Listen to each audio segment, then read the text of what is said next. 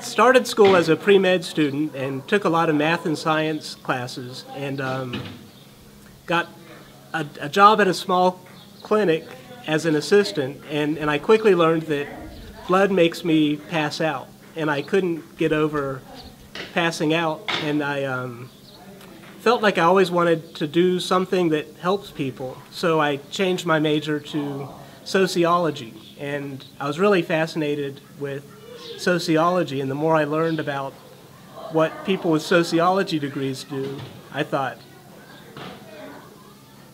that's a great noble career, but not the thing for me. I think it was just too, the problems are so complicated and not something that my personality works very well with.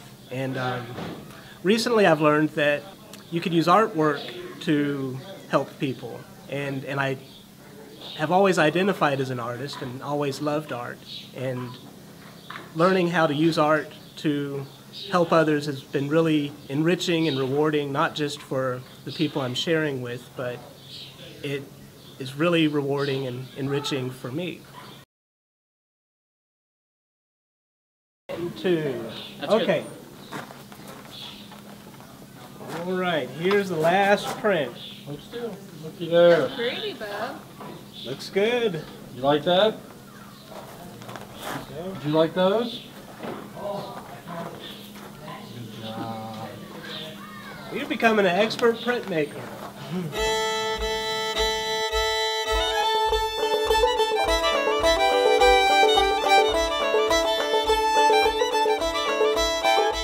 I live in northern Kentucky in a small town called Old Washington. It's close to the Ohio River, and it's a really interesting part of the country because it's sort of where the North and South meet, and also where the Appalachian Mountains meet the Midwest.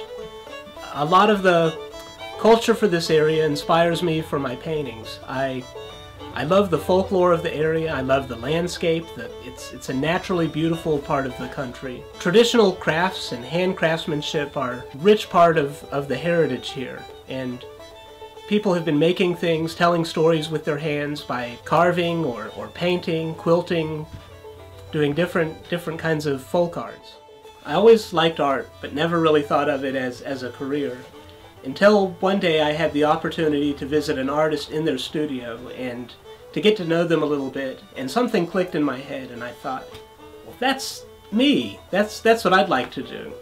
And after meeting them, I got a little bit more serious about my art, and one step led to the next. I started to build a body of work, and then I started to have art shows, and then I started to sell my artwork, and that gave me the confidence to go further down the road as an artist, and I'm so grateful that's happened, because this has been the most rewarding life. I've really enjoyed my work. I wake up every day excited about whatever projects I'm working on, and I've always enjoyed the challenges that have come with being an artist. One thing that I particularly love about the journey of an artist is that the possibilities are endless. You can pursue art in an infinite number of directions, and I've tried as many as I can. I've worked in printmaking, painting, pottery, sculpture. I've worked with digital film, animation kind of work. Art's a really great way to introduce children and adults to ideas that might be complicated otherwise. We've used art projects to help with healing. We've used art to help with teaching about science and nature and other themes. I'm working on a collaboration with Sarah Wood. She specializes in old-time folk Appalachian ballads, and we're going to put together a concert where I'll have animated artwork playing behind her while she performs live to an audience. When I started the project, I didn't realize that a lot of Appalachian folk music can be pretty dark and dreary, and some of the visual images that immediately came to mind aren't something I'm going to illustrate. Most of my work is pretty happy and upbeat, so this project has challenged me to look for metaphors that might represent the death of someone, or someone's heartache, or burning in hell, or whatever.